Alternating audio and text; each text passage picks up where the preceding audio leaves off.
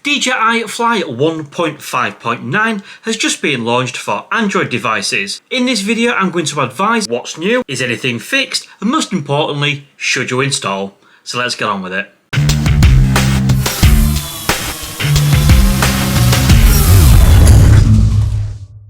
So it was only recently DJI gave us 1.5.8.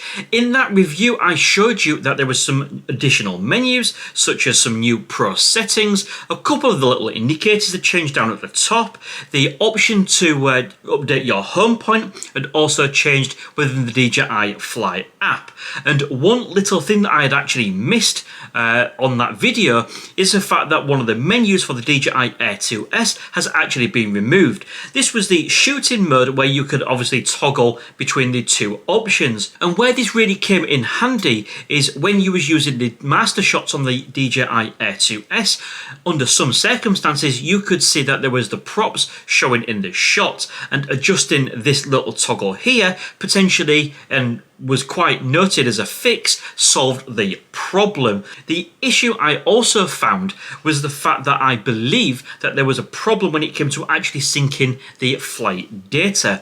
For some reason all of my flights done on 1.5.8 and all of my tests that I took part yesterday didn't sync on my DJI account at all. Now, one of the biggest issues in that video regarding 1.5.8 is the fact that I had quite a serious issue with the screen video feed freezing, crashing, and sometimes going black completely. There was an example where I took off on the DJI Mini 2 and the Air 2S, and basically the video feed didn't move at all, even though the drone was up in the air and flying on its merry way. Now, this was a bit of a problem. However, after doing a bit of investigating, and thanks to you, the viewers, for letting me know what you have found as well, it does seem this was potentially isolated to devices that were still running Android 11, such as the one that I use myself. It appeared that any users using Android 12, this didn't actually occur, and that was absolutely fine. Another problem I mentioned was a brief message that popped up on screen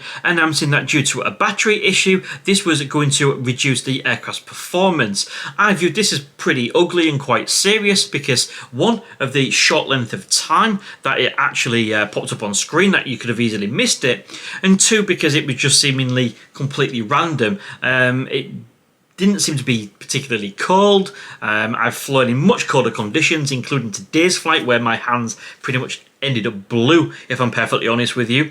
But ultimately, you know, those are everything and all the details that I announced in that video. So to cut a long story short, is anything fixed with DJI Fly 1.5.9?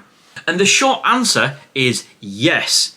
I have had the DJI Mavic Mini, the DJI Mini 2, and of course the Air 2S in two places. I've had all of those drones on the bench where I have been testing out all of the features and just basically making sure that the screen didn't freeze again. I've tested this on all three models and I've had absolutely no problems. I have gone through all of the menus on all three drones, and I can confirm that there are no further changes to the ones announced in the previous video regarding 1.5.8. So everything is absolutely status quo. However, like I've just mentioned, all of these screen freezing issues seem to be completely fixed so far. But of course that's not good enough. I need to get these drones up in the air and test them out for myself to be able to advise clearly and confidently whether you should go ahead and install. So that's exactly what I've done. So first of all, we have got the DJI Mavic Mini. I took her up to stretch the legs, not being out for a little while, and of course the DJI Mavic Mini is also comparable with the DJI Mini SE. It's pretty much the same drone, give or take.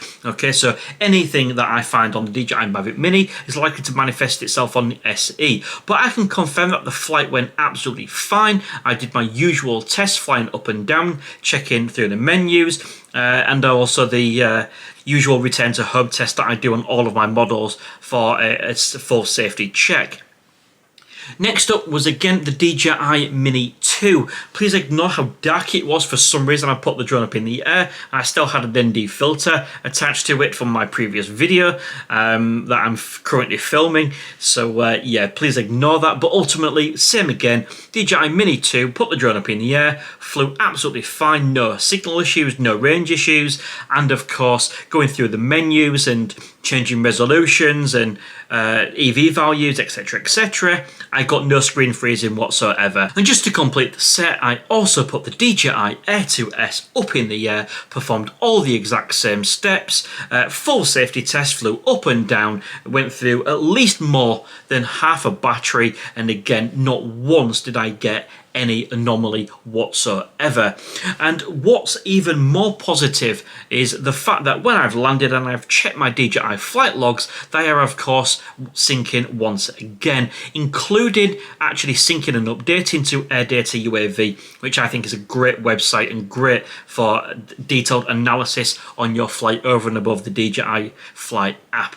So following on from DJI 1.5.8, where I said categorically I wouldn't suggest you install it.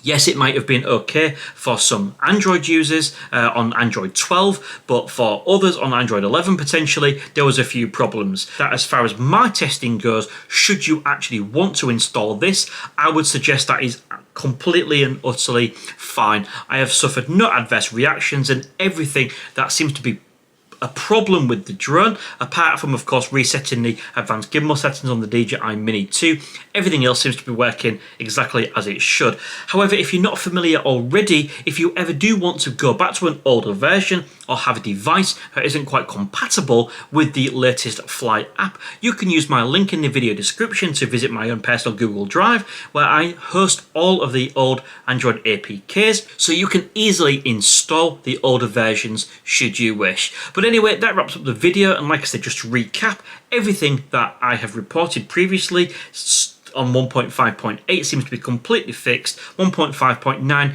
does seem to go absolutely fine, and I have no problems recommending that you actually install this one should you need to. Do appreciate it's all personal preference, and some of you do like to actually stick on those older ones, but as far as I'm concerned, it's got the seal of approval. Please do check out all my other videos on my channel. I'm sure there is something that you will enjoy watching, and until next time, stay safe, see you again soon.